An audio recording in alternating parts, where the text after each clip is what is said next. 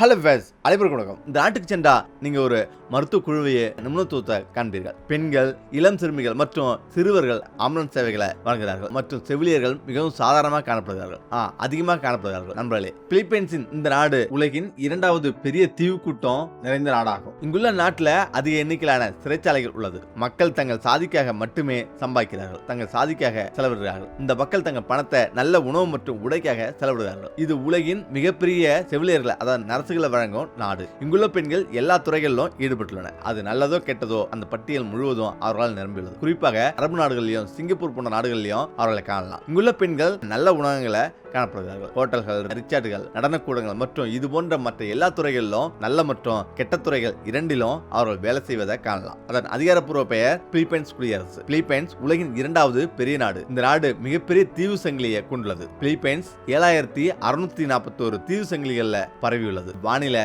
2 பகுதிகளாக பிரிக்கப்பட்டுள்ளது, குளிர்காலம் மற்றும் கோடைக்காலம். ஆனா குளிர்காலமாக இருந்தாலும் சரி, கோடைக்காலமாக இருந்தாலும் சரி, ஆண்டு முழுவதும் மழை பெய்யும். பிலிப்பைன்ஸ் நடுத்தர வர்க்க நாடுகள்ல ஒன்றாக கருதப்படுகிறது. நாடு முழுவதும் குப்பைகள் சிதறி கிடக்கிறது. பிலிப்பைன்ஸ் மக்களின் வறுமை தெளிவாக தெரிகிறது. அவர்கள் பெரும்பாலும் அரைக்கால சட்டைகள் மற்றும் சட்டைகளிலே காணப்படுகிறார்கள். பெண்கள், ஆண்கள் என யாராக இருந்தாலும் வெப்பமான வானிலையும் ஈரப்பதமுமே முக்கிய காரணம். ஆனா இங்குள்ள மக்கள் மிகவும் மகிழ்ச்சியாக இருக்கிறார்கள். இந்த நாட்டில் கிழக்கிலிருந்து தெற்கு வர நீரும் உள்ளது. நிலவரப்பு 3 முக்கிய புவியியல் பகுதிகளாக பிரிக்கப்பட்டுள்ளது. வரிசையில் முதலிடம் அயோன், 2வது இடம் விஜயாஸ் மற்றும் 3ஆம் இடம் மண்டானாவ். பிலிப்பைன்ஸும் தென்சீனாவும் தெற்கில் அமைந்துள்ளது. இது வடகோடு தனது கடல் எல்லைகளை பகிர்ந்து கொள்கிறது. தைவான் வடக்கிலும் ஜப்பான் கிழக்கிலும் அமைந்துள்ளது. தெற்கில் இந்தோனேஷியா, மேற்கில் மலேசியா, வியட்நாம் மற்றும் வடக்கில் சீனா அமைந்துள்ளது. இந்த நாட்டின் தலைநகரம் மணிலா. மணிலா நகரம் ஒரு அழகான மற்றும் சுற்றுலா தலமாகும். பிலிப்பைன்ஸின் 2வது பெரிய நகரமாக விளங்குகிறது. 2019ஆம் ஆண்டு நிலவரப்படி இது உலகின் அதிக மக்கள் தொகை கொண்ட நகரமாக இருந்தது. இது உலகின் உலகளாவிய நகரங்களின் மூலத்தொகுப்பாகவும் கருதப்படுகிறது. இந்த நகரம் தென்கிழக்கு ஆசியாவின் அதிக மக்கள் தொகை கொண்ட மற்றும் வேகமாக வளர்ந்து வரும் நகரமாகும். இது பார்வையாளர்களை ஈர்க்கும் ஒரு நகரமாகவும் உள்ளது. இந்த நகரம் பார்வையாளர்கள் கட்டாயம் பார்க்க வேண்டிய இடமாகும். பார்க்க வேண்டிய எண்ணற்ற அடையாள சின்னங்கள் இங்கு உள்ளது. வெளிநாடுகளுக்கு செல்பவர்களுக்கு இது ஒரு அற்புதமான இடம். இந்த நகரத்தில் தங்குவது அவசியம். ஒவ்வொரு ஆண்டும் மில்லியன் கணக்கான மக்கள் பார்வையாளர்கள் இந்த நகரத்துக்கு வருகிறார்கள். பிலிப்பைன்ஸ் ஒரு மிகப்பெரிய நாடு. அங்கு நீங்கள் மணிக்கு 100 கிலோமீட்டருக்கு மேல் வேகமாக வாகனம் ஓட்ட முடியாது. கடுமையான அபராதங்களை எதிர்கொள்ள நேரிடும். வேகமாக வாகனம் ஓட்டுவது கடுமையான அபராதத்துக்கும் வழிவகுக்கும். ஒரு குறிப்பிட்ட காலத்துக்கு வாகனம் ஓட்டுவதற்கு தடை விதிக்கப்படும். அளவுக்கு அதிகமாக அதிவேகமாக சென்றால் உங்களுக்கு அபராதம் விதிக்கப்படும். பிலிப்பைன்ஸில் உரிமங்கள் ரத்து செய்யப்படவும் வாய்ப்புள்ளது. உலகிலேயே அதிக எண்ணிக்கையிலான தீப்பிழம்பு மலைகளை கொண்டதும் இந்த நாடுதான். இங்குள்ள தீப்பிழம்பு மலைகளின் இருப்பிடமாகவும் உள்ளது. ஆண்டு முழுவதும் ஏராளமான சுற்றுலா பயணிகள் இந்த தீயை காண வருகிறார்கள்.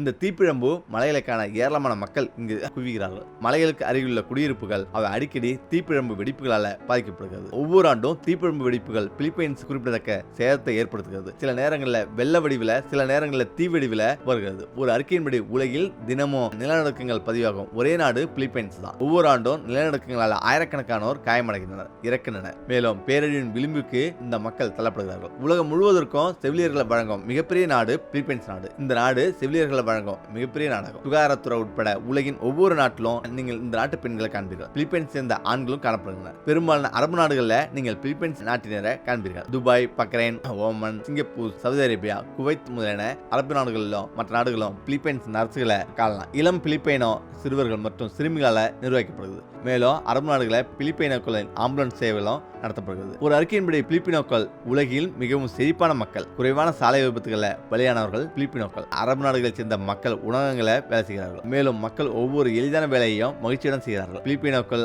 அதை ஒரு புன்னகையுடன் ஏற்றுக்கொள்கிறார்கள். மிகச்சிறந்த ஆடைகளை அணிவதற்கும் மிக சிறந்த உணவை உண்பதற்கும் இந்த நாடு பிரபலமானது. ஆனா இங்கே ஒரு இருண்ட பக்கமும் இருக்கிறது. நீங்க உற்று நோக்கினா இங்குள்ள பெண்களுக்கு முறையற்ற உறவுகள் ஏராளமாக உள்ளது. குழந்தைகள் அவர்கள் பெரும்பாலும் தங்கள் தந்தையரை அறிய மாட்டார்கள். இந்த நாட்டு மக்கள் தங்கள் மரணம் வரை உழைத்து தங்கள் சமூகத்துக்காக சம்பாதிக்கிறார்கள். பிலிப்பைன்ஸ் குடியானது மூவர்ண குடியாகும். அதற்கு நீலம், வெள்ளை மற்றும் சிவப்பு வெள்ளை நிற எல்லை உண்டு. நடுவுல ஒரு சூரியனோ 3 ஓரங்களிலும் நட்சத்திரங்கள் வரையப்பட்டுள்ளது. பிலிப்பைன்ஸ்ல அமைதி நிலவுனா அல்லது எந்த நாட்டிலிருந்தும் பொருளாதாரங்கள் இல்லாவிட்டா கொடி அப்படியே இருக்கும். பொருளாதாரம் இருந்தா சிவப்பு நிறம் மேல வைக்கப்படும் மற்றும் நீல நிறம் கீழே வைக்கப்படும். இது குறிப்பிடுவது என்னவென்றால் நாட்டில் ஒரு பிரச்சனை நடந்து கொண்டிருக்கிறது என கூறுகிறது. அந்த பெண்கள் மிகவும் அழகாக இருப்பதால அவர்களை பற்றி உலகம் முழுவதும் பேசப்படுகிறது. பிலிப்பைன்ஸ் பெண்கள் அனைவரிடமும் நட்பாக பழகுவார்கள். அவர்கள் ஒரு இயல்பான இயல்பான முகபாவம் கொண்டவர்கள். அதனால்தான் பிலிப்பைன்ஸ் பெண்கள் ஒரே நேரத்தில் 4 முதல் 5 ஆண்களுடன் உறவு கொள்கிறார்கள். இந்த நாடு உலகின் 12வது பெரிய நாடாகும். இந்த நாட்டின் மக்கள் தொகையில 26% தாகல் கொண்டே இனத்தவர்,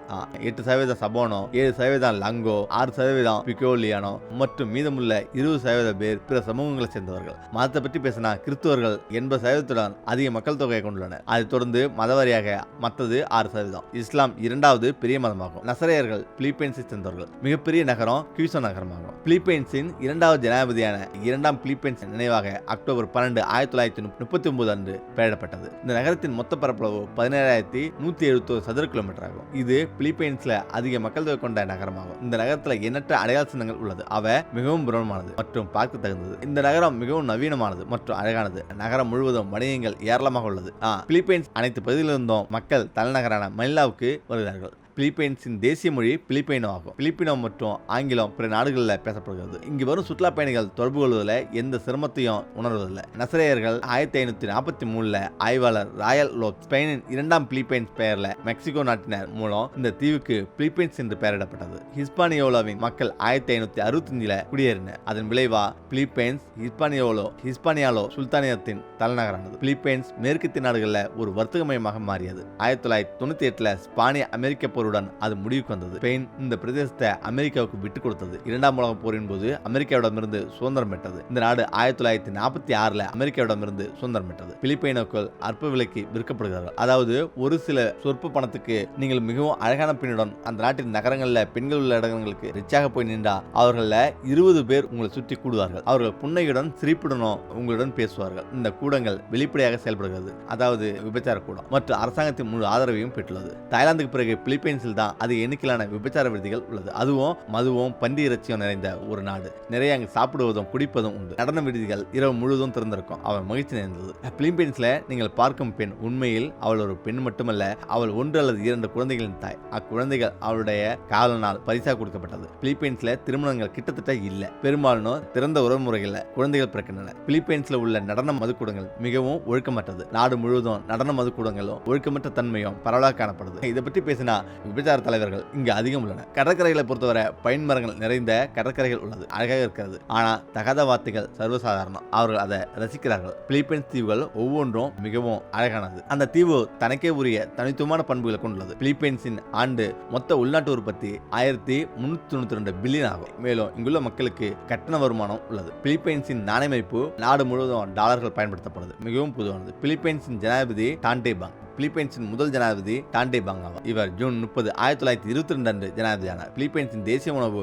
டூபு. இது பன்றி இறைச்சி, மாட்டு இறைச்சி அல்லது கோழி இறைச்சியால் செய்யப்படும் ஒரு உணவாகும். இது கடல் உணவுகள், சோயா மற்றும் சாஸ்களுடன் தயாரிக்கப்படுது. சாஸ்களும் காய்கறிகளும் பயன்படுத்தப்படும். பிலிப்பைன்ஸ் மக்கள் அரிசி மற்றும் நூடுல்ஸ் அதிகமாக சாப்பிடுகிறார்கள். இது அவர்களின் விருப்பமான உணவுகளில் உண்டாகும். மேலும் தண்ணீருக்கு பதிலாக ஆல்கஹால், பீர் அல்லது ஒயின் பயன்படுத்தப்படுகிறது அதிகமாக. பிலிப்பைன்ஸின் தேசிய தினம் ஜூன் 12 அன்று கொண்டாடப்படுகிறது. இந்த நாடு அந்த நாள் முழுவதும் விடுமுறையாக கொண்டாடப்படுகிறது. மக்கள் மிகவும் மகிழ்ச்சியாக இருக்கிறார்கள். அவர்கள் விருந்துகளை நடத்துகிறார்கள். பிலிப்பைன்ஸில் வாகனம் ஓட்டும் போது வலது பக்கத்தில் ஓட்ட வேண்டும். நாடு முழுவதும் பரந்த சாலை வலையமைப்பு மற்றும் அழகான பாலங்கள் இருந்த போதிலும் எப்போதும் தொடர்ச்சியான போக்குவரத்து நெரிசல் உள்ளது. நாடு முழுவதும் போக்குவரத்து சிக்கல்கள் நீடிக்கிறது. டிராம் அமைப்பு மற்றும் மெட்ரோ அமைப்பும் உள்ளது. பல திட்டங்களில் பணிகள் நடைபெற்று வருகிறது. நாடு முழுவதும் 70க்கும் மேற்பட்ட விமான நிலையங்கள் உள்ளது. 8 விமான நிலையங்கள் சர்வதேச விமான நிலையங்கள் உள்ளது. மீதமுள்ள தேசிய நோக்கங்களுக்காக பயன்படுத்தப்படுது. இந்த விமான நிறுவனம் ஒரு தேசிய விமான நிறுவனமாகும். ஆண்டுதோறும் மில்லியன் கணக்கான மக்கள் இதில் பயணம் செய்கின்றனர். பிலிப்பைன்ஸ்ல உலகின் அனைத்து வகையான அழகையும் நீங்க காண்பீர்கள். அழகான இயற்கை அழகு, காடுகள், பசுமையான சமவெளிகள், பனிமூடிய மலைகள், அழகான ஏரிகள், இவை அனைத்தும் நீங்க காண்பீர்கள். வெளிநாட்டு பார்வையாளர்கள் இங்குள்ள இயற்கையை கண்டு வியப்படைவார்கள். அவர்கள் மிகவும் மகிழ்ச்சியும் வியப்பும் அடைகிறார்கள். பிலிப்பைன்ஸின் கடல் நீர் மிகவும் தெளிவானது. கோடை காலத்துல தீவுகள் நீல நிறத்துல இருக்கும். அதிக எண்ணிக்கையிலான சுற்றுலா பயணிகள் உள்ளன. பிலிப்பைன்ஸ் வெளிநாட்டினர் கூட ஒரு மலிவான நாடு. வெளிநாட்டினர் குறைந்த பணத்துல அதிக பலன்களை அனுபவிக்கின்றனர். இதுதான் பிலிப்பைன்ஸ். ஓகே, நம்ம இதோட மீண்டும் அடுத்து சந்திப்போம். நன்றி.